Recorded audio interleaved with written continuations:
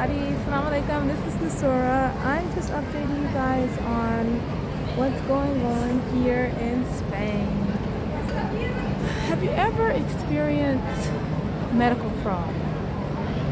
Medical fraud is when someone has never spoken to you, have never saw you, have never even encountered any physical interaction with you, but has filled out information and records as if you are a patient of their facility. And they've just taken information from you, from your name, maybe because your purse is stolen or your luggage, and they can pull different types of information to fill out their medical records, their fraud medical records. And this is something that in America, I think it's what we call the Department of Justice investigate in the United States. And they found all throughout California and all throughout, different parts, Florida, all throughout various areas, Michigan, there was massive medical fraud and medical billing. If they know an insurance company that they can bill your information to, if they know that they can bill it to some system where they can receive payment, all they need is your information and they can conduct medical fraud. And you don't ever have to have visited that hospital or clinic or known anything about them. Even some people have gone far as, if you're just in a public space, to sit next to you and do medical fraud. Never asking you, hey, are you okay? Hey, do you have any of these problems, symptoms? Are you a part of our medical facility? Would you like to come to our hospital? Because a hospital is an established business. People can choose to pay their money wherever they choose to have medical care. There's medical care that has very high quality of service, and then there's medical care that's very standard. There's public medical care for people who just need it. There's varying circumstances that people can just make a decision on where they prefer to have service.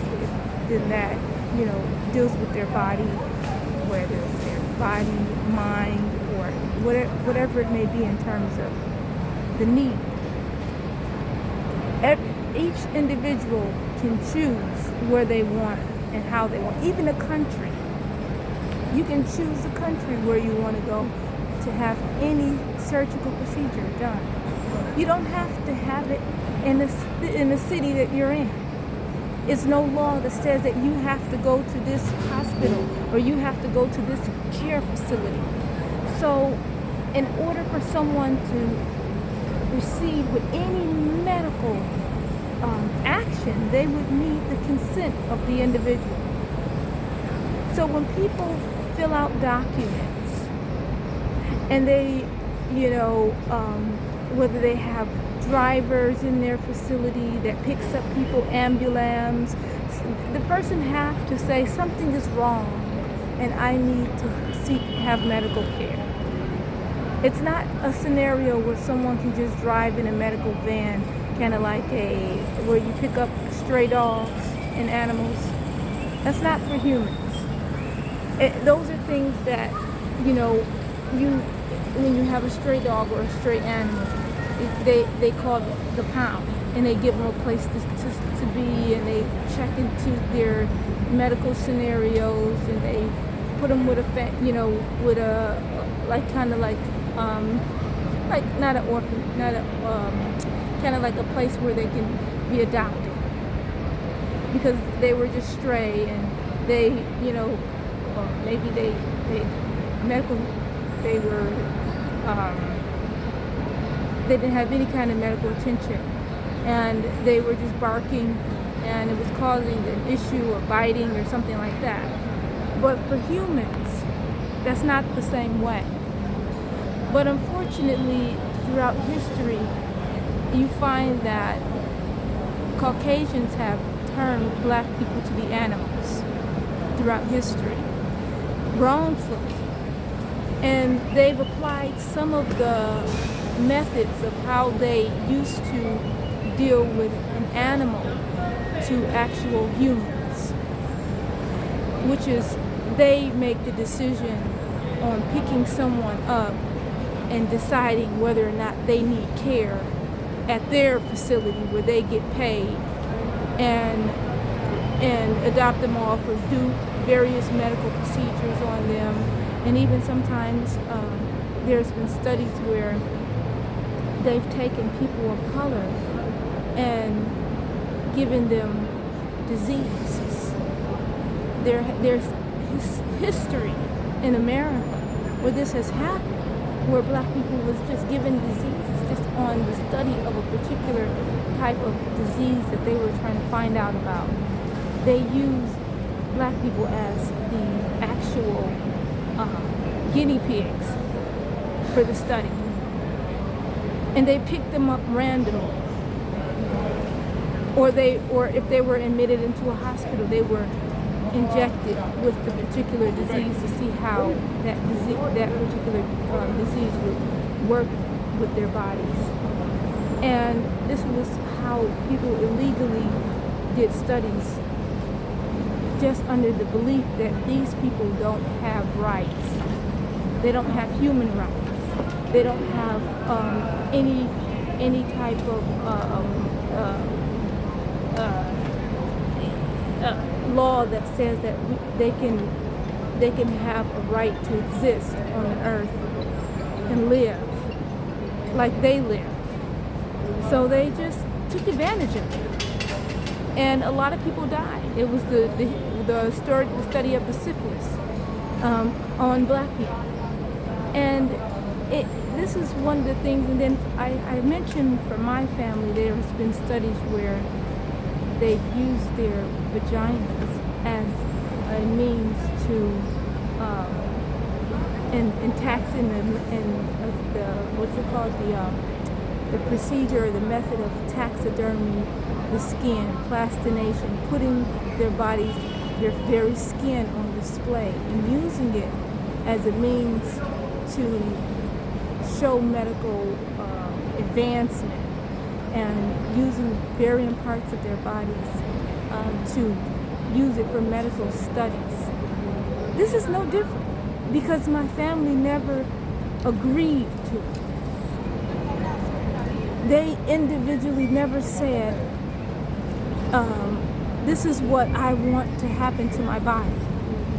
And I've never said any such thing in my life, nor will I ever say such thing in my life. By the will of the Most High, my body is sacred. It is not something that anyone can just touch, grab, and nor do I have anyone over me designated to make any decisions related to my mind, my body, or my life. That has to be something that the person individually have to agree to. It's not, oh, I'm going to be over this individual and manage their life, and that person does not have any clue about what they're doing. That's a human right violation. And so this is why it's so important to put out these videos, because sometimes when you find scenarios where you can see like the scenarios where people's managing wealth, they also believe, because of them being able to manage wealth that you have never been aware of since you were born, due to violations of your own rights, of your human rights, of your right to understand your own heritage and the right to understand the wealth that you own. They believe that they have right as well to manage your actual physical body. This is a misconception of that people have who commits fraud, and they can get away with it for a long period of time. They've been allowed to say, okay, if I can do this and be managing and making decisions and investing monies that's under her name, I can also say I'm managing her as well. Well, no, that's false. The managing you've been doing over my wealth has only been because I didn't ever have knowledge of it. Because in the United States, they kept my family from knowledge of our wealth. They didn't give you the right, under no circumstances, to say you can have right over my body or my health. Financial is another thing. Physical is another thing. And this is one of the scenarios, even if it's your parent, they do not have right once you are of adult age. And if they've never been a guardian over you, if they've never taken care of you, if they never did anything for your life, and they have not, been a part of your life, nobody can just come in and say, hey, I'm the one that, can do this. They will have to have that person's consent. That is the way of the laws everywhere, I understand it. It's not so that your sibling, sister, brother, or blood relative that you can turn around and just make a decision on someone's physical health and well-being. If people can do that, because people have an opportunity to say, well, I don't want, maybe there's ill will behind these individuals so I want maybe a close friend, or I want maybe a particular group of people that I feel secure with. They have choices in life. They don't have to go with the choice of someone who's saying that this is what I am. And this is why it's so important to make sure that one's right is upheld. Because when you allow someone to do medical fraud, and you allow someone to get away with it, or financial fraud, they can also, step into other areas. If they don't see that you have family that's protecting you, they don't see that you have attorneys that's standing up for you, if they don't see that you have people that have your back, that is around you, that's going to ensure your safety and well-being, and ensure that you are taken care of, ensure that everything is okay with you. Usually you have family, you have a husband, you have children, people have different things, people in their lives that can stand up and say, hey, this is what the situation is. That's only by a scenario where that person is given the okay for this to occur. But it cannot occur just off the basis of someone wanting it to happen. There's people who have children who their children have ill will and steal from them. And the parents say, no, I don't want this person. I maybe want this child to be over me because I don't want this child, and have their reasons behind it. There's people who, have parents who maybe have ill will for them. So they say, well, I prefer my husband rather than my, they have decisions. Or maybe they're not married and they decide someone else. But everyone have a choice. It's not so that you just, because you have access, or because you're a king, or because you're someone of status, that you can just come in and decide without the decree of the Most High, because that's what you would have to have. You would have to be someone who, and have the consent of the individual. You would have to be, in order to just step in and make any decisions. But everyone has a right. Even if you read the Quran, you read the rights of individuals. Even when a woman gets married, no one just marries her. She has to consent to the marriage. So anyone who's claiming they're her husband, or she has to say, yes, I married this individual. I'm not married. I don't have children. And my family members, unfortunately, they have not done the positive thing towards me. So I have not really been in communication with them, even some of them for a long period of time, other than occasionally having a conversation. And my father is very, older in age. And he, unfortunately, throughout my life, I was not really, my mother remarried, so throughout my life, as I mentioned, he was not present. So he never played a guardian role ever in my life that I ever been aware of. But my mother has, when I was underage as a child growing up. But when I became of age, I started to help run our family company, and I was, very much a part of all the things that were going on with my family. So, there's never been a scenario where these kind of things for me has happened. It's only been a scenario where I started to inquire about my wealth and understanding that there was identity theft involved. And I started to understand who I am, that from my family, have received, they haven't been receptive of it, and they've made it clear, some of them, about their position on not giving me information about my wealth, and also their position, or my mother having my mother's estate. And they've also made a position about who I say I am as Maria. Some of my siblings have already clearly taken a position.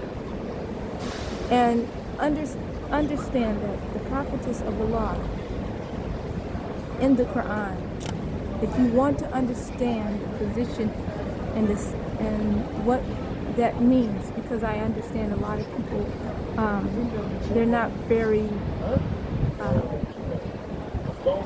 learned in terms of a religion or a belief or the holy books.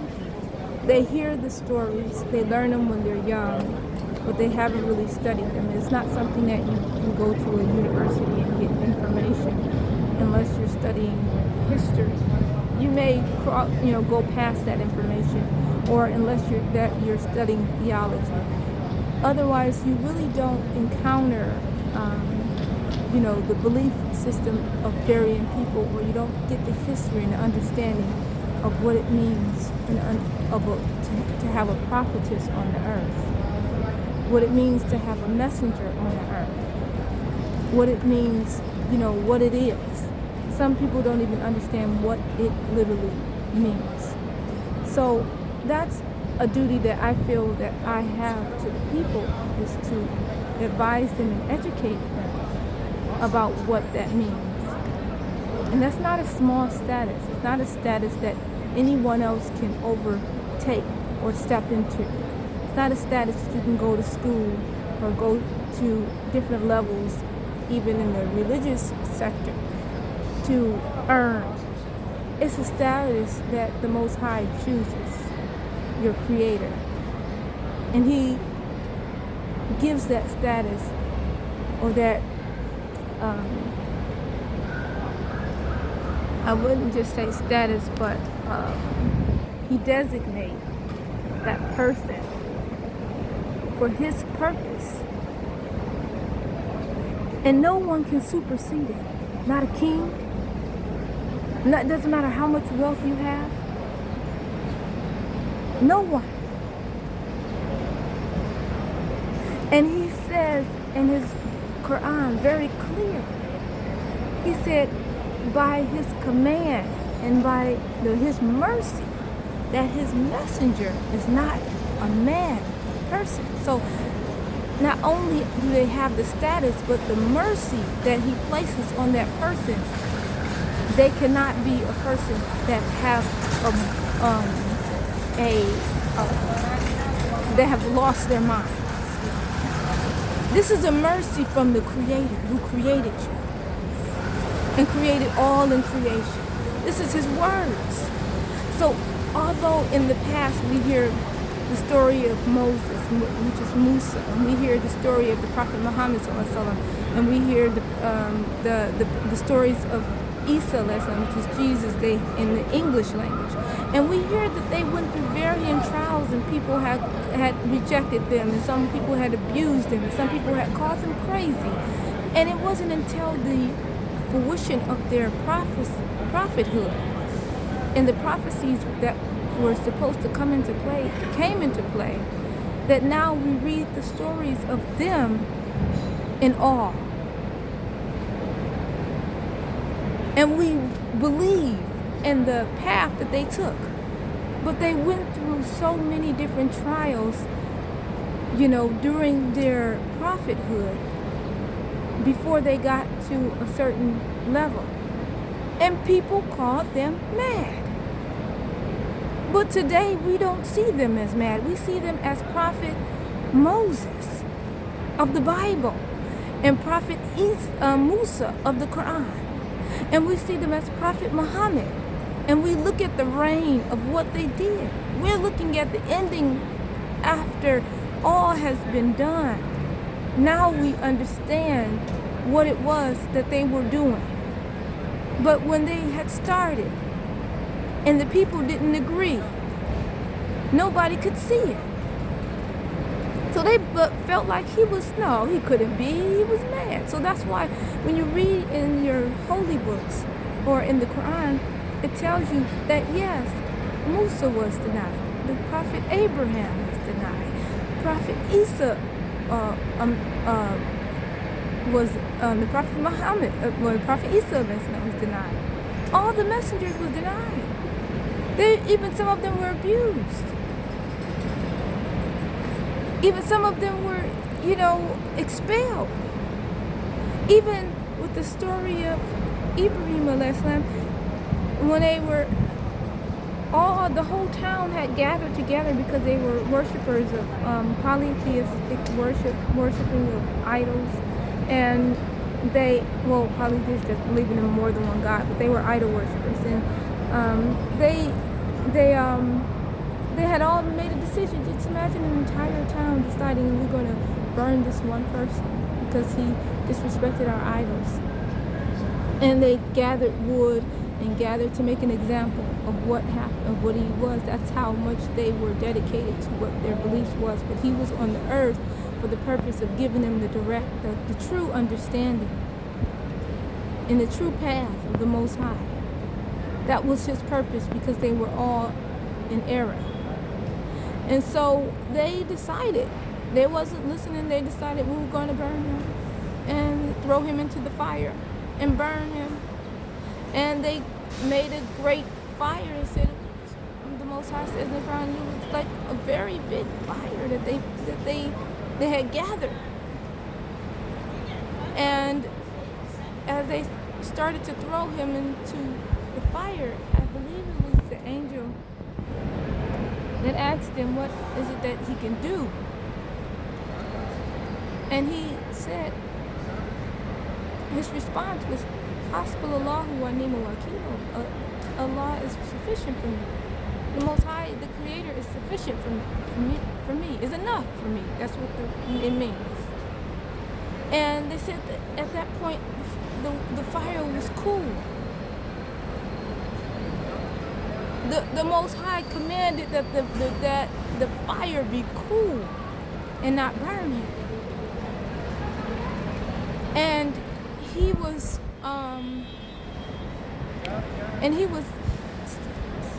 actually, and when they was like, oh, for sure he should be, burned right now, because they had built the fire and they didn't see. They would just assume like it should be all done. Usually I guess there are certain things that should happen. But when it all was said and done, he walked off from there, unscathed, nothing wrong, completely intact. And they were shamed. It was both sides, and they were like humiliated. It was like, because they didn't believe him. And they thought that because they dealt with the physical world, and they felt that because they had the fire burns and wood burns, ignite from the wood, you have fire that can burn, and it just automatically the skin would just burn and he would die. They didn't think that the Most High, as he says in the Creator, that he's the one that created the wood that ignites the fire. So he knows if he commands it not to burn, it won't burn. He's the one that decides. He sent the messenger for a purpose, and everything is pre-written. So his purpose was not going to be finished, because he was going to have children. He's going to have me, or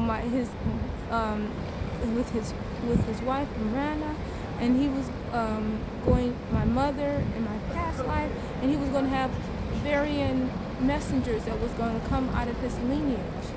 And he had a whole path that he had to live, and he went to moving on that path. But his father at that time didn't know. And he said he came from, him, so he just assumed that this is what can happen. He didn't understand the power of the Most High and the understanding of the messengers that the Most High decide on the earth and the mission that they have. And the Most High said he also, the Prophet Ibrahim had the law of the heavens and the earth. He was given the law of the heavens and the earth. Now please tell me, how can a medical staff in the United States or any other country or any court come in and supersede that? The laws of the heavens and the earth. They're dealing with local laws inside. They're governing the people, governing different towns. Even kings and queens have different laws that they cannot, implement on them. But the prophets and the messengers have a greater laws that they're dealing with, and this is deemed by your Creator and my Creator, the Most High, the one who created all in creation. So when people violate and say, oh, I'm going to make a law and to make a decision on this person who the Most High has given them a station and a status where they have supersede the things that these people are dealing with on the earthly, from an earthly standpoint, then you will find that the Most High stepping in to address what is happening and the disrespect that they're doing on his earth to his messenger. Because the Most High is constantly letting you know, obey me and obey the messenger. Because he's speaking through the messenger. He's guiding the messenger to the path. And if you're trying to obstruct the path and kill the messenger or harm the messenger, or try to make the messenger subjected to the things on the earth that does not apply to the messenger, then and the messenger is the one who have to reign over all to guide the people on the earth and have the law of the heavens and earth. Not every prophet had that, but the Most High gave it to me. He gave it to my father in my past life, Ibrahim alayhi, Prophet Ibrahim alayhi. So when I see that the people are going into pure error by, you know, doing this type of injustice, and they're only still doing it because they are in a state of ignorance, and they've been used to a practice that has worked for them in the past, and they feel like that can still be a practice that they can do on anybody, and it should work because they put it together. It's kind of like how people thought that because we throw him in the fire, he's supposed to burn. No, it's not. It just can't work for that reason. There's a cause. There's an effect. There's things that happen behind disrespect and disobedience that affects not just the individual. It affects the whole creation. Because the Most High, everyone on the earth, because the Most High brought the messenger on the earth for the people on the earth, not for just the town. This is the last days. I'm coming back, Miriam, prophetess from before, queen, from coming back to the earth to guide the people to the true path. So, this is a very serious situation. I see people taking a certain position or offense, or out of ignorance, or out of desire, or whatever reasons they're doing it for, whether it's account fraud, medical fraud, whatever they're involved in. I just want them to understand the importance of what it means and the actions behind what we're doing, a whole cities and towns Allah have destroyed because of their disobedience. And it's not something small when you proceed in a direction that can possibly cause your full destruction by the Creator. That says that goes to the real root of the mentality of what's happening here. Because you can live on earth in a kind way. You can resolve issues that come about with a family or an account or anything and still exist. But to make a decision to possibly no longer exist because of your arrogance or your error or ignorance, it's very sad. And the Most High said He's for sure going to save the believers. So the ones who will not exist are the ones who are defiantly disobedient. So it's very important to keep your mind in the right place and that aligns with your actions. And try to live in a way that is just towards all. Not only do you want justice for yourself, but you should want it for others as well. And if you want to be in a world where you can actually coexist and live, you have to learn how to implement the rights of others within that world and respect those rights. That's something we all can learn and become better at. But if we continue to go in a direction of we just desire, then we will fall into a very bad state. And that is not something that you want to do. Really. So again, this is Mr. Orion, and today is the 16th of, or maybe 17th of July 2023. Peace. I had a long night. I had to try to gather buy things after they stole my luggage and get some new things for myself. I needed to get resources for that, so I'm still working on that to get things together because pretty much the hotel and the place turned their backs, but I'm still trying to get that together. So inshallah, that works out really easily for me. I just wanted to say that because it was very important to say at this point in time. I do see things that I don't necessarily speak about, but I notice, and I just want to kind of bring clarity to the people about certain things and directions that I know that they are in error about going into, but I want to give them an understanding of, it's not what you're thinking. It's more than that. And just kind of give them the proper guidance so they can make the proper decisions when they move. And that's for anybody. So, peace.